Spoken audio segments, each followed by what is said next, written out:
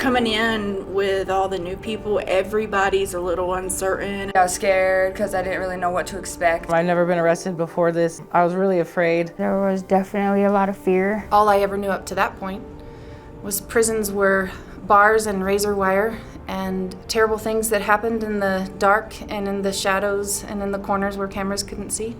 The Wyoming Women's Center in Lusk, Wyoming remains the only women's prison in the Cowboy State. We interview some of the 292 women currently incarcerated there about what it was like when they first arrived. The drive here, I think, was the most memorable. Just the heaviness of knowing that you're going to be incarcerated. 2 prison security members picked you up at the county jail, and they put me in shackles, belly chains. They were purposely being a little bit intimidating.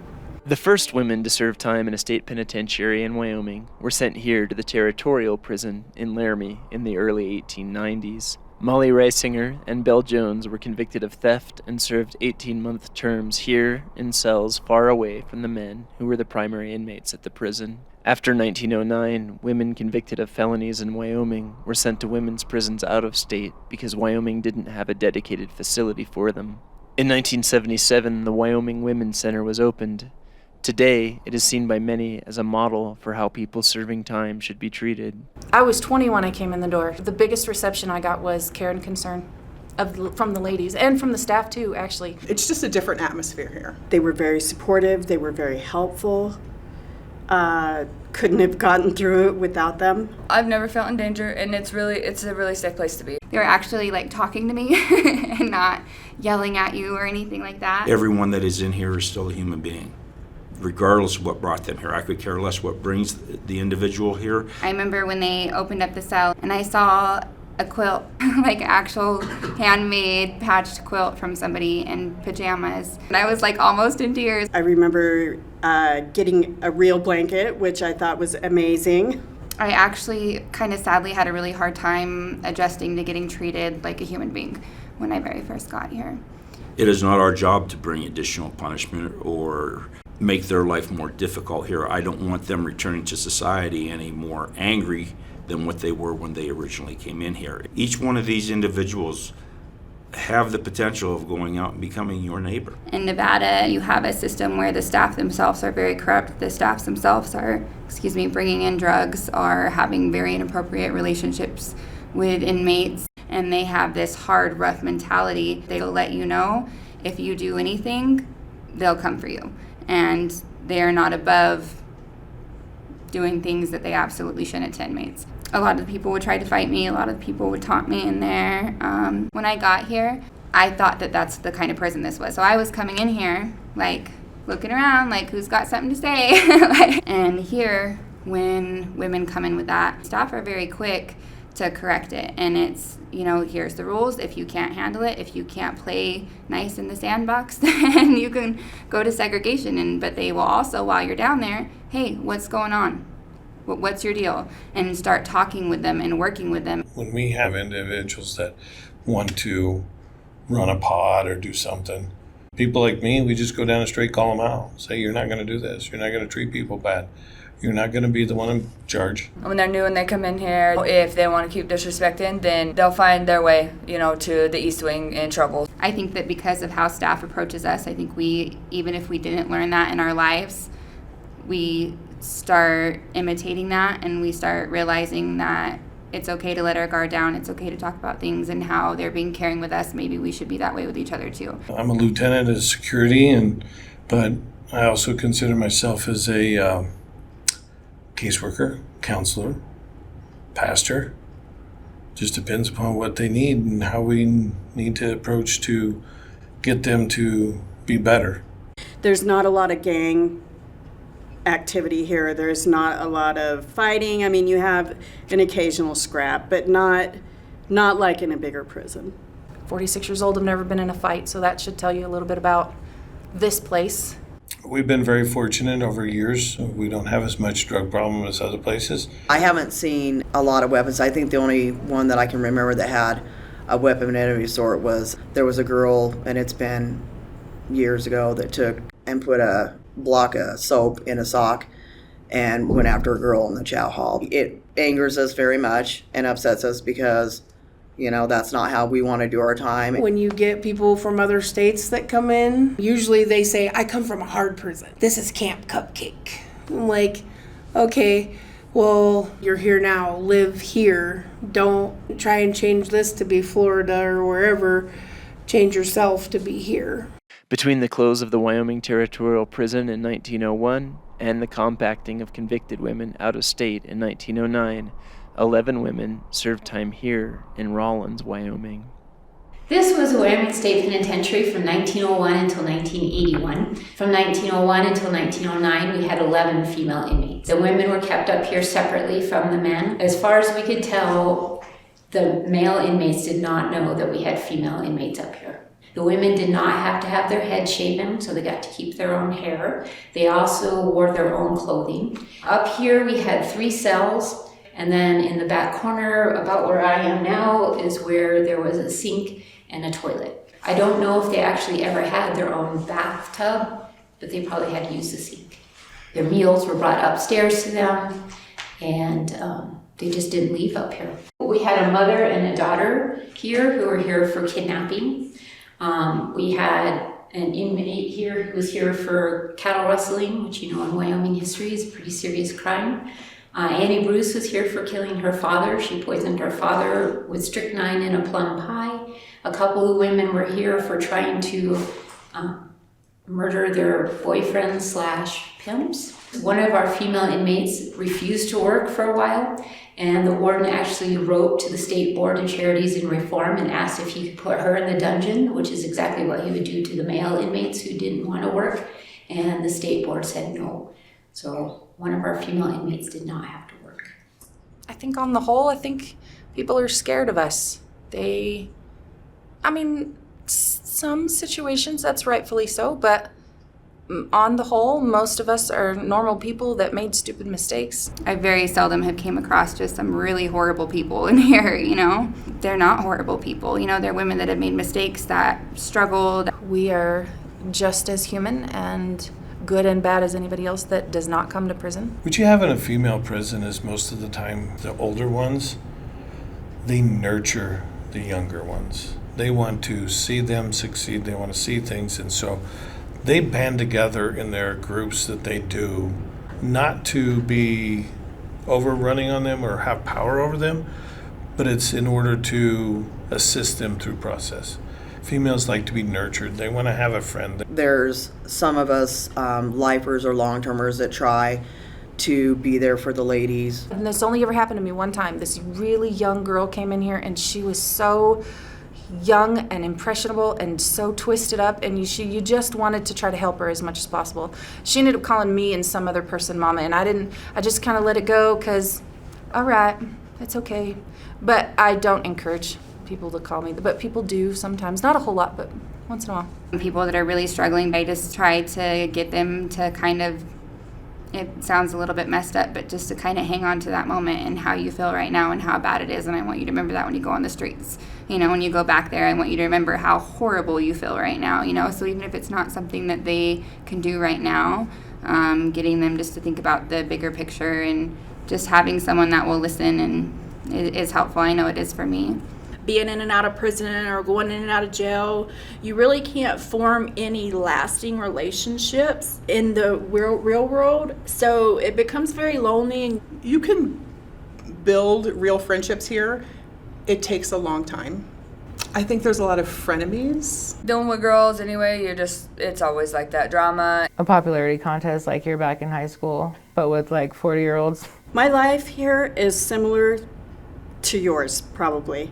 I get up and do the same thing. I get up a little bit before 7 and I do the daily morning routines, get ready for work. I work in the religious department. My job here, I'm an education aide. I currently am a facility cleaner. I was working on Garment as their inventory clerk and the trainer for the metal shop. I work in data entry. I enter pertinent information in a database. Then we have an aquaculture industry that is raising tilapia. That's the only job I've had since I've been here. I love my job. We have a sewing industry. Mainly they focus on making inmate uniforms for the inmates here and at other facilities in the state. Right now I work in the beauty shop, so that's a really good job. They wire the scissors around the chair with the padlock so that we can't take them off. The hairspray we get in jail is just like, dollar store stuff, and it's alcohol free. So we have to put something in there to make it sticky enough to where, it'll make our hair the way it is. You melt Jolly Ranchers in hot water and put it in a bottle, and that's your hairspray. It's contraband, but we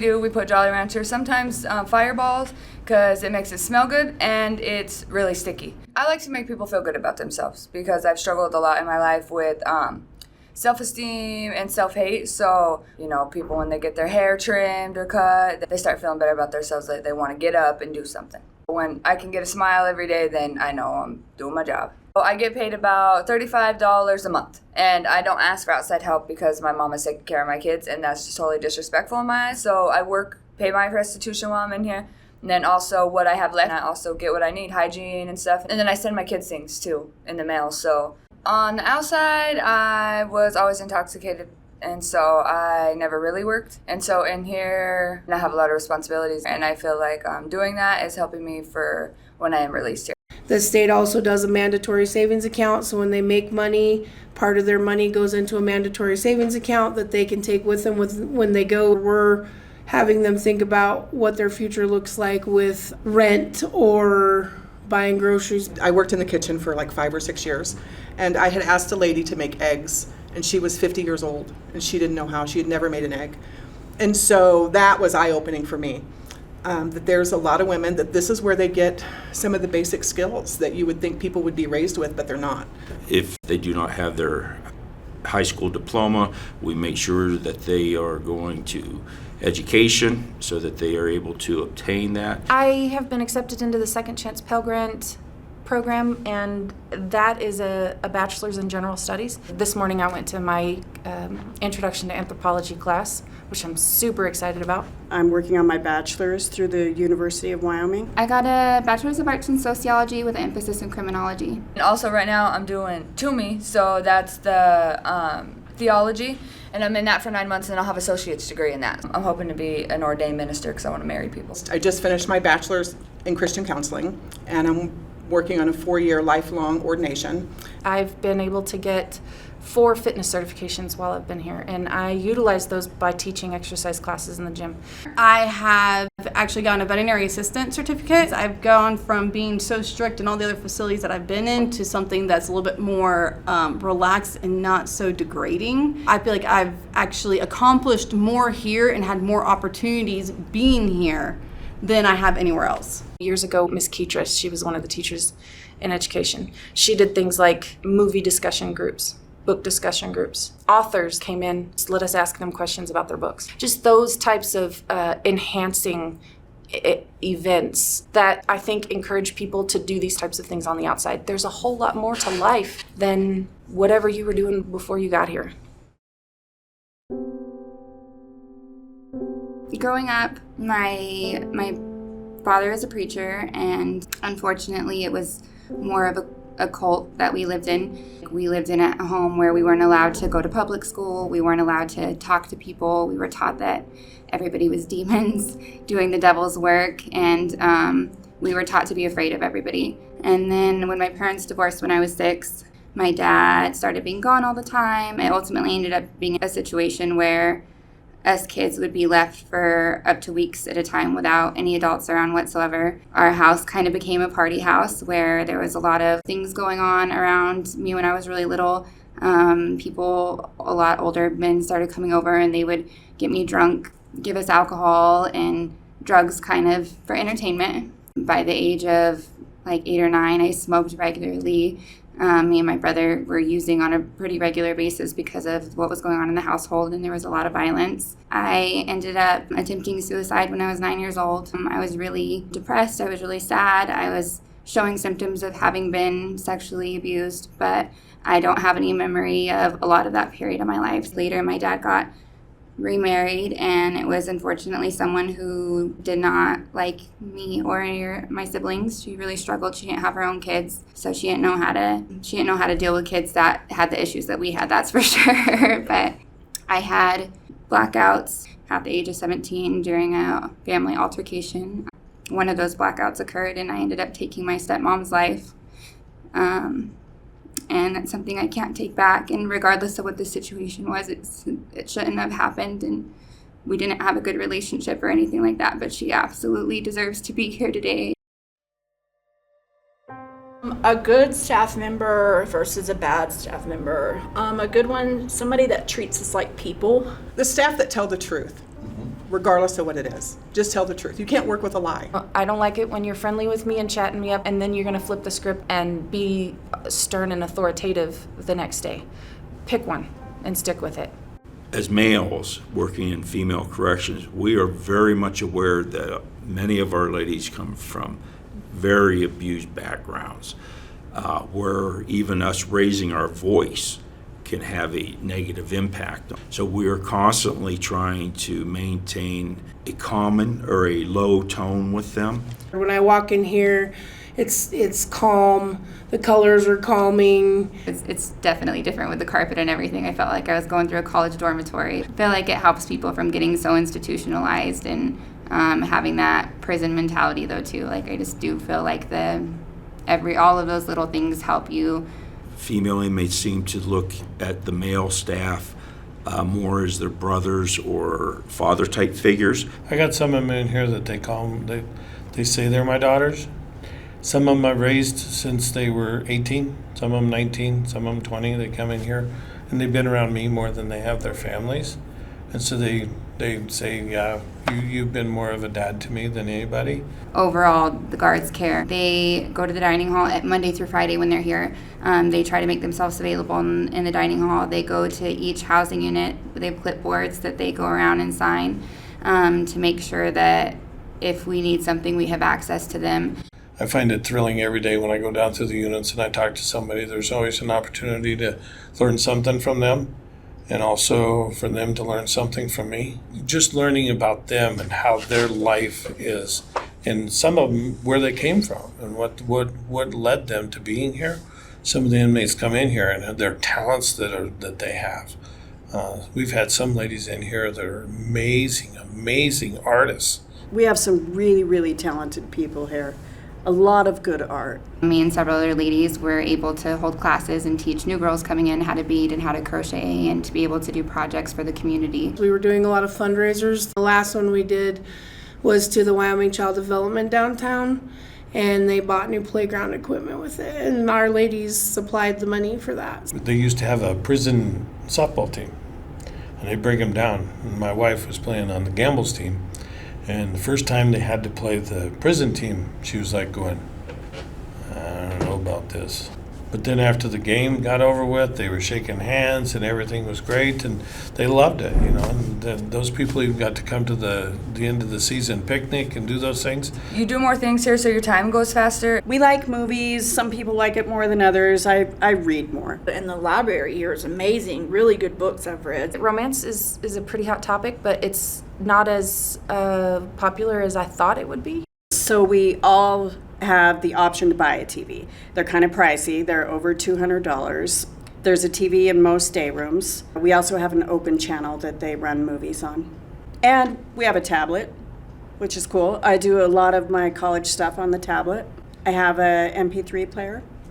If I want a song, I zip down there, or I want to email, I just type it out on my little thing and go plug in. And I just go to the gym, I work out, and I did the Insanity series, and right now I'm actually doing the Court of Four series. They had kickboxing videos. A.W. Molden, she took those because she said she didn't want us knowing how to fight.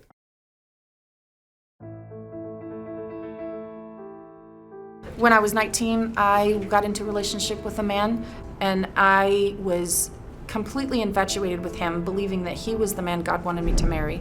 And I picked him up and we went on the run, ended up in Wyoming, and we took an elderly couple's truck and trailer. He put them in handcuffs in their little kitchen area. The wife escaped. She threw herself out of the trailer, broke her arm, broke some ribs, and almost got ran over by an oncoming car. They stopped, helped her, called the police, and we went on like an hour-long police chase. They threw out those spikes. They shot the tires. They kept trying to tell us and threw bullhorns to stop. So he said we were going to die. There was a kind of a drop-off. I believe that he thought the drop-off was steep enough that we would die, and he headed for that. The wheels were running on rims.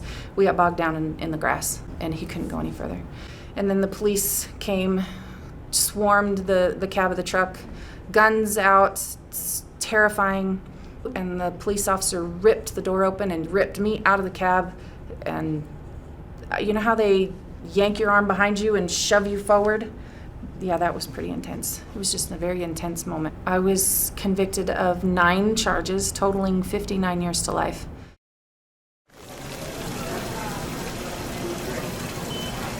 If you don't apply for a job here, they most likely will throw you in the kitchen. The food here is so amazing compared to facilities I've been in. Yeah, you could tell what it is. The girls do try really hard. It depends on the person running the kitchen, how good the food is. Some of the ladies do a good job in taking what ingredients they have and making a good meal out of it. No training program. They just throw you in and give you a recipe and hope you can do it. So when that happens, when I was working in there, I would just have people come and I would help them learn. You know, this is the recipe, this is how you follow it. There's a menu that's posted, but we have the choice of going to a meal or not. They've all kind of gotten old after this long. One of my favorites, though, is fish tacos. We have Philly cheesesteak, probably my favorite, and my least favorite meal is any of their casseroles. Tuna casserole is my least. My favorite is probably the roast beef. I think my favorite would have to be probably the breakfast pizza. My favorite meal? Chicken nuggets. And I'd have to say the least favorite meal would be the bologna and cheese sandwiches. I love how they always have salads. It's like no matter what, there's like endless salads, which you don't find in any correctional institute ever. I really like how on the holidays they make special meals, and then especially on Mother's Day, that was a really cool holiday. It's maybe not the most nutrient rich, but they get you your calories. So I was very amazed at what people can make in the microwave. They can make orange chicken. We can make fudge. You can make cake out of cookies. You pour a soda in the cookies and it turns into a batter. And then if you take like a Swiss roll or a Twinkie and break it in thirds and put it in the batter and then just cook it. I mean, tonight I'm making churros. Tortillas, mayonnaise, and cinnamon. You can order cinnamon. A little fake sugar, the microwave, you're good to go. The cheesecake I make is peanut butter cheesecake. You just get creamer and like a couple scoops of peanut butter, sugar packets, and cream cheese and mix it together. Make your crust, whatever, like cookies, graham crackers, and put your filling on top of that and put it on ice. The ramen pizza, you take the ramens and split them in half, kind of toast them in the microwave, and then make like refried beans and smother them on there, and then you can put like pepperoni or some kind of meat on it with cheese.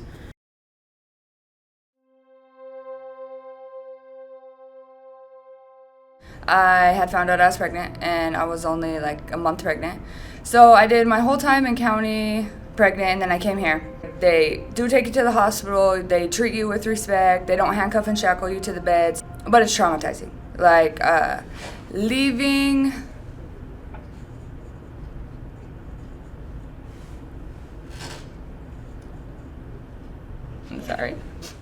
it's traumatizing because you have to leave your baby after 24 hours and you don't get much time.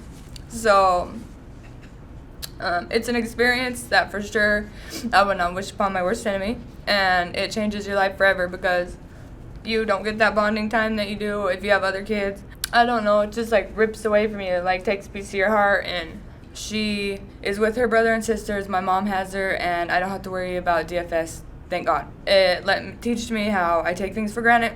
Now I'll never forget, and that I don't want to continue on doing. Like this, I don't want this to be my life because I'm gonna miss all that time, and it's just all this time I took for granted, and I don't want to do that anymore. So, worst day here would probably be the day that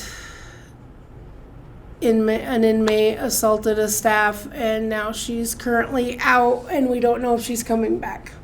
My worst day here, we had a suicide, and it was just very traumatic for those young ones. and we lost 15 staff. They resigned, went to other places, left.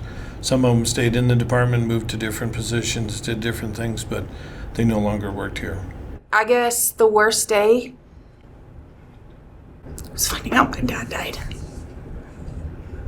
When my daughter passed away, it kind of made me question, But I didn't want to give up because I know that's not something that she would have wanted me to do. I remember one instance when I worked at in Newcastle at the honor camp when a family member of a victim of somebody we had in the facility came with the intent of finding that person and killing them. So that was a bad interaction. It was not expected. A little tense for a few minutes. Hi, Peyton. I love you so much, baby. Mama picked out a book for you, and it's called Dear Zoo. I wrote to the zoo. You pick a book that you want to read your children, and then you go in there and you're able to read it to them on video, and then they make a little disc, and then they send that to your family with the book for them so that they can watch you on TV, read to them, and they can also read with you. Hi, Kimbryn. Okay, so I'm going to read you this book this time. It's called Little Blue Truck, okay? I'm a little nervous too. So it's really cool because it's like one-on-one time with your children. Even though you're not present, you're still being able to do things for them to show them that you care. And beep, beep, beep. I love you, Kimbryn, so much, okay? Happy Valentine's Day. I love you, Peyton, very much, and I hope that you love this little book, even though you can't read. Nana will read it to you, okay, baby? I love you, and I can't wait to see you, baby. Bye. Even though they are incarcerated, they are still mothers, they are still grandmothers, they're still wives, and they still maintain those roles. I do video visits because my family lives about 8 hours away, so I do video visits every other week, which is better than nothing. The visit itself is amazing. Reuniting with my parents was uncomfortable because they didn't know who I was anymore, and they were still the same. And I wanted to be in a different role. And that was a challenging situation to be in. He saw that I had my name on a pen pal website, and so he said he mulled it over for like 4 months first, and he was really nervous, and he ultimately decided to reach out and write me. And he was like the only normal person that was writing me from that. And so I was very grateful, and we just ended up hitting it off. We became really good friends, and we started flying out here and driving out here to visit, and we ended up getting engaged, and not what either of us ever imagined would happen. And he makes the drive from Gillette every single weekend, and he's been doing that since 2014. I have good friends in here whose family and children, that's always devastating to hear about, when they won't communicate with their mom or their sister or their daughter in here because they've committed a crime. I can't get the love or care back from my family that I'm estranged from. They no longer want anything to do with me. That's a tough pill to swallow.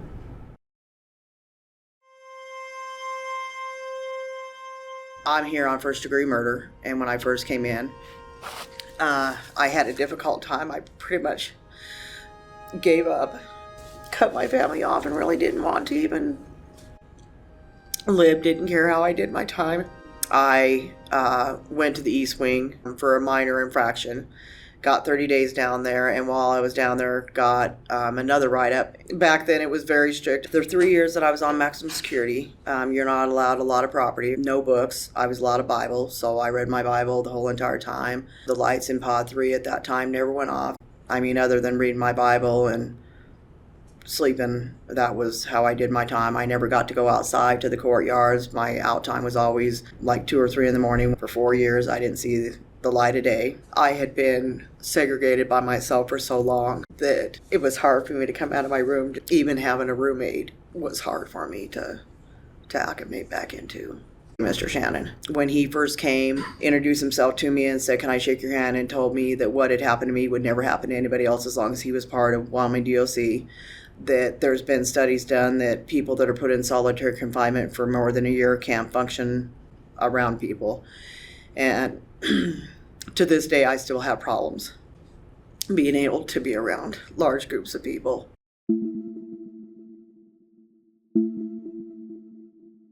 This place has a weird vibe. The East Wing can have a weird vibe.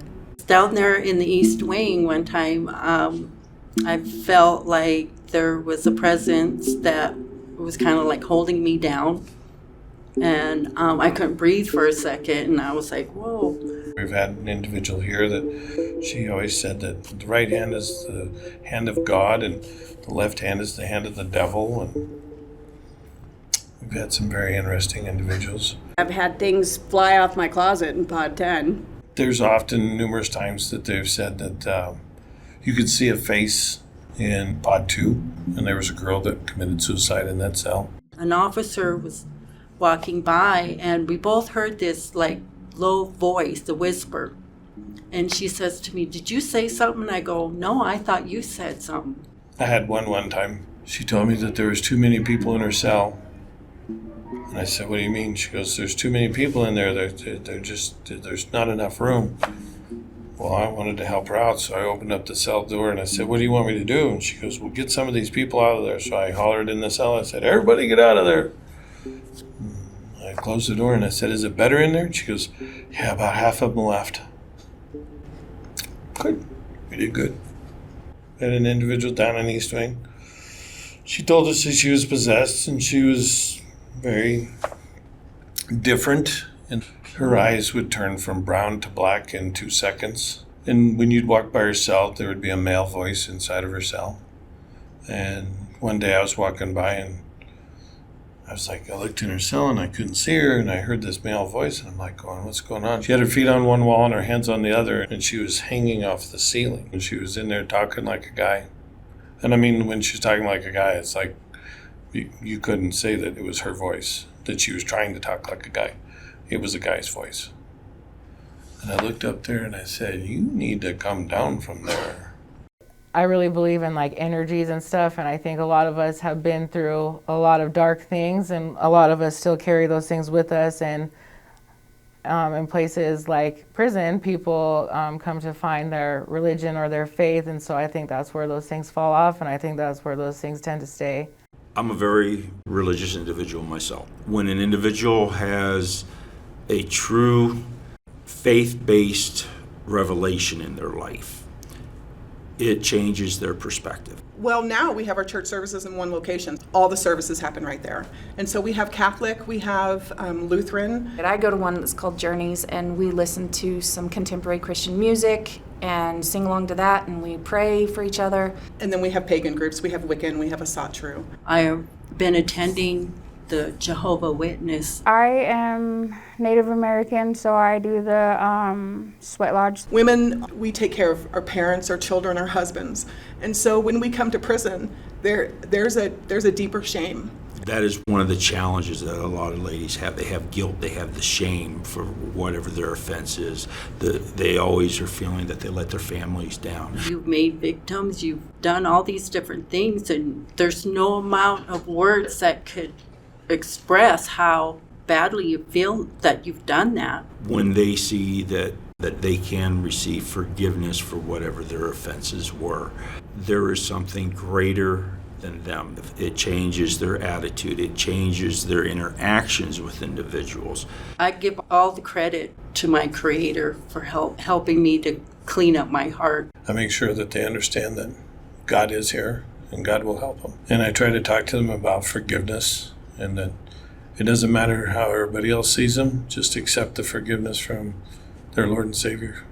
I've always believed in God, but there's a difference between having a relationship with the Lord and believing in Him. He's changed my heart.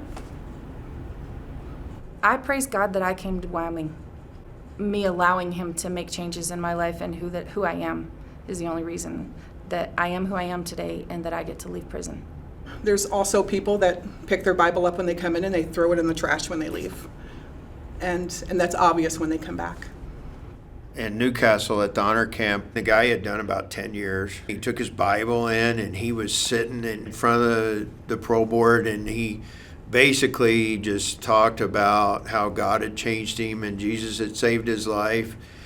And it was the greatest thing in the world. And The parole board didn't parole him, and he got up and he didn't even get out of the parole board room, and he chunked the Bible in the trash can on the way out the door and was cussing and stuff. If you aren't prepared to leave and you're going to the same people, you will fit back into the place that you left from.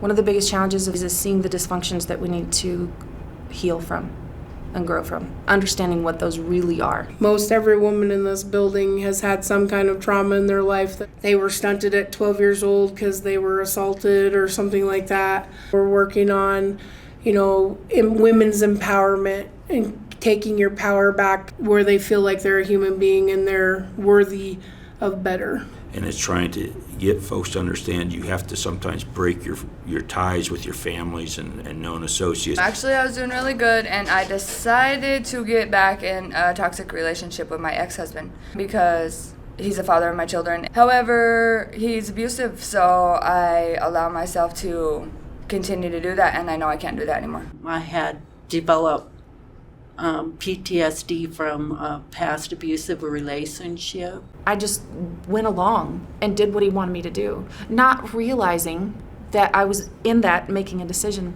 Yes, I'll participate. Yes, I'm going to do this. No, I don't want to, but I'm going to do it anyway. It's important that people understand they cannot live by default, allowing other people to make their decisions. I really had distorted thinking. I feel that I became an abusive person myself. I think it's true. Hurt people do hurt people. When they're struggling with issues, whether it's for physical abuse, sexual abuse growing up, those are the types of things that they know, and that's where they feel comfortable. You're used to not getting treated right. So when somebody comes along and treats you with respect, you're like, oh, this is weird. Get away from me, So then you're like, fling them off, and like you could have probably had a good relationship, but you don't want that because you want the chaos and the sickness and all that comes with that. It's in their heart here. Women who've been battered and abused close off their heart. You start believing that you're no good. You start believing that you're worthless. You start believing that you are what you're told. I had believed that a lot of that was my fault, that I brought all that on myself. It's changing their mindset. It's cognitive rehabilitation. Individuals who are beat down, you have to show them that they have value, they have worth, and they can be successful members of society. By and large, we do get treated with more respect than we would anywhere else. And that allowed me to really start working on myself and for the first time be vulnerable and start working through my issues. Felt like I was learning how to feel emotions for the first time and having to okay, use your words and instead of lashing out. I was really able to make a lot of changes and figure out who I am to grow up a little bit, You have to love yourself, and I think that's where it starts, is loving yourself and knowing that you're worth it and that's what you do deserve. You do deserve to be treated good. You do deserve flowers that you're not used to. For your family to be a part of your life, you can love them from a distance to help you be who you want to be. Be the change. Stop the cycle with you. When they come in, you have to spend time with them, and you have to talk to them, and you have to get them to a place to where they want to make the change. And they have to know they're worth it. These ladies that come in here don't know they're worth it. One of the first things that I want to drink when I get out is a strawberry daiquiri Sobe, and I want to chew juicy fruit. Go to a church, spend time with family, and go outside at night. And I want to wear real clothes and learn how to work a cell phone. Never used a cell phone before. I'm excited about that. And I'm really excited for my family to get under my skin and just bug the crap out of me. I'm so excited for that. My goal would be to work with at-risk youth. It would be awesome if I can go back in there and, talk to the angry kid that was pissed off and wouldn't listen to anyone, or, felt like you don't know what you're talking about. You haven't been there. You haven't been in my shoes, and I can tell them I have been there. I've been exactly where you're sitting, and I have been through the things that you've been through. I know it's probably cliche for people as addicts, they want to be substance abuse counselors and things like that, but I really feel like if I don't stay plugged into a recovery community that I'm not going to make it. So that's what I'm going to do when I get out, is get my training and my license for that. Many will come in here, turn their life around, and this will be nothing more than a speed bump in the course of their life that they used as a learning experience and are able to go out and make a much better life for themselves and their families. And it's also important that we go out and hold our heads up and know that we've paid the price for our mistakes and we can move forward from here. I think the legacy of this prison would be that they really cared, because I believe they do. I think for the most part, they actually have staff that care. And the ones that don't really don't last. The women leaving the Wyoming Women's Center are not worse than when they came in. And in other states, society should be afraid, because they've created a system where they're being victimized by other inmates, where they're being victimized by staff. It's like a dog that's been abused and they're lashing out. To push those people back into society after being treated how they've been treated for that long, that should scare people. So whenever I first came to prison, I was like really upset and I was really mad. But in the grand scheme of things, this literally saved my life. This is one of the greatest places I've ever worked.